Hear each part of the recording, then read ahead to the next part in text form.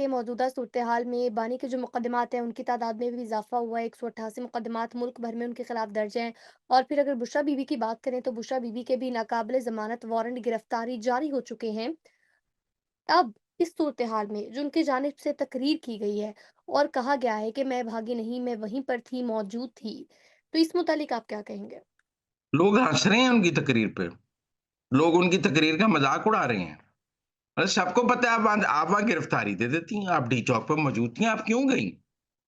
Firing हो रही, जो हो रही है, आप वहाँ बैठ जाती, कहती मैं तो गोली खा लूँगी, मैं यहाँ से जाऊँगी नहीं, मैंने लोगों से हलफ लिया हुआ है।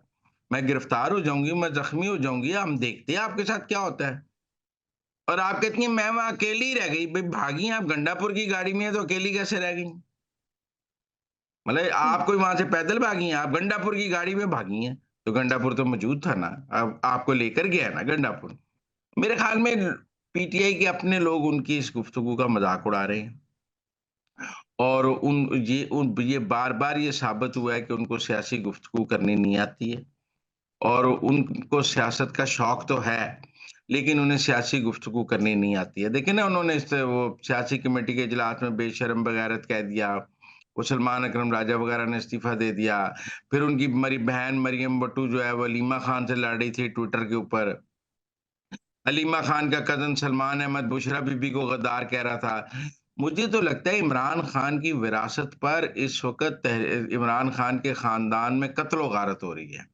फिर सलमान अहमद भी इमरान खान का कज़न है और हलीमा का कज़न है। वो बुशरा को गालियाँ निकाल रहा है, मरियम भट्टू हलीमा को गालियाँ निकाल रही है, बुशरा के रिश्तेदार हलीमा को गालियाँ निकाल रहे हैं, हलीमा के रिश्तेदार बुशरा को गालियाँ निकाल रहे हैं। और ये जो मेरा मतलब है गान चल रहा है, आप देख लें, वो कहती है मैं अकेली थी, वो कहती है मैं अकेली थी, दोनों आपस में नंद-बावज लड़ रही हैं। और हम देख रहे हैं कि इमरान खान की विरासत पे इस वक़्त जो झींगा-पुष्टी जारी है, वो उसका रोज़ एक नया तमाशा आप देखते हैं। कल हलीमा खान और बैरिस्टर गौहर की लड़ाई आपने देखी, वो भी विरासत की लड़ाई है। हलीमा खान खुद को बैरिस्टर गौहर से बड़ा लीडर समझती हैं। आज भी इसके तो इसलिए मैं समझता हूँ कि ये मज़ाक़ ख़ेज़ बात है, अपना तमाशा बना रही हैं और कुछ नहीं हो रहा।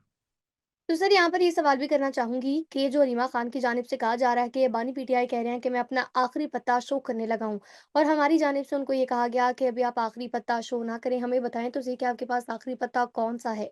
तो ये आखिरी पत्ते का क्या मामला है? ये सिविल नाफ़रमानी ये क्या है? मतलब ये तो आप मेरी बस यानी बात डिक्लेयर नहीं किया जा रहा। मतलब वो जैसे फाइनल कॉल थी वैसे सिविल नाफरमानी आखिरी कार्ड है। इसके बाद एक कार्ड ट्रम्प भी बच जाता है ना।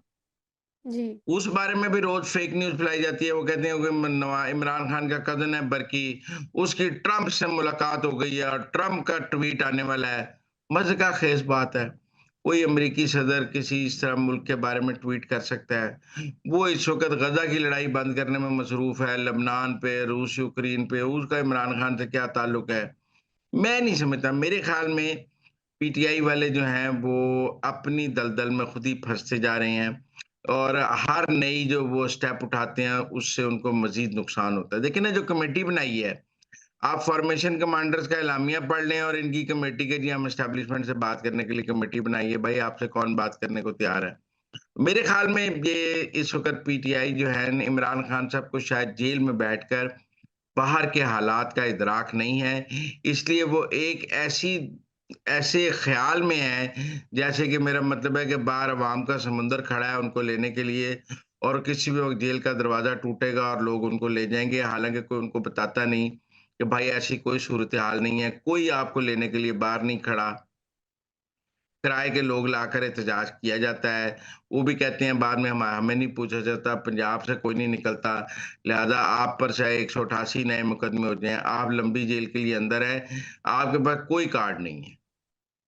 ठीक हो गया। तो नाज़रीन ये थी आज के अंदर की बातें। आपसे मुलाकात होगी अगले प्रोग्राम में। तब तक के लिए हमें दीजिए इजाज़त। अल्लाह निगहबान।